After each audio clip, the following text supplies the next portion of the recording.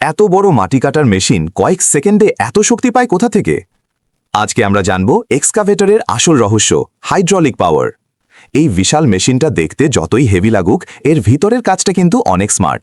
এর মেইন অংশগুলো হলো বুম, আর্ম, বাকেট আর সবচেয়ে গুরুত্বপূর্ণ হাইড্রোলিক সিস্টেম। ইঞ্জিন চালু হলেই হাইড্রোলিক পাম্প কাজ শুরু করে। এই পাম্প অয়েলের মধ্যে প্রচণ্ড প্রেশার তৈরি করে। তারপর সেই হাই প্রেশার অয়েল ভালভ দিয়ে বিভিন্ন সিলিন্ডারে পাঠানো হয়। সিলিন্ডারের ভিতরে থাকে পিস্টন। যখন প্রেশার আসে, পিস্টন জোরে সামনে ঠেলে দেয়, আর সেই মুভমেন্ট দিয়েই বুম ওঠে, আর্ম মুভ করে, বাকেট মাটি কাটে। এখন প্রশ্ন হলো, এত বেশি শক্তি আসে কিভাবে?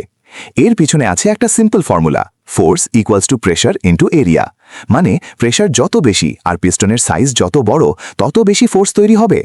এই কারণেই একটা এক্সকাভেটর সহজেই শক্ত মাটি, এমনকি পাথরও ভেঙে ফেলতে পারে। আর সবচেয়ে ইন্টারেস্টিং ব্যাপার, হাইড্রোলিক অয়েল প্রায় কম্প্রেস হয় না, তাই আপনি কন্ট্রোল দিলেই সাথে সাথে রেসপন্স পাওয়া যায়। এটা খুব স্মুথ আর পাওয়ারফুল কন্ট্রোল দেয় অপারেটরকে।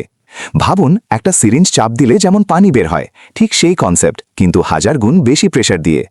এইভাবেই হাইড্রোলিক সিস্টেম ছোট এনার্জিকে কনভার্ট করে ম্যাসিভ পাওয়ারে। তাই নেক্সট টাইম যখন এক্সকাভেটর দেখবেন, মনে রাখবেন এটা শুধু একটা মেশিন না, এটা হলো প্রেশার আর ফিজিক্সের পারফেক্ট কম্বিনেশন।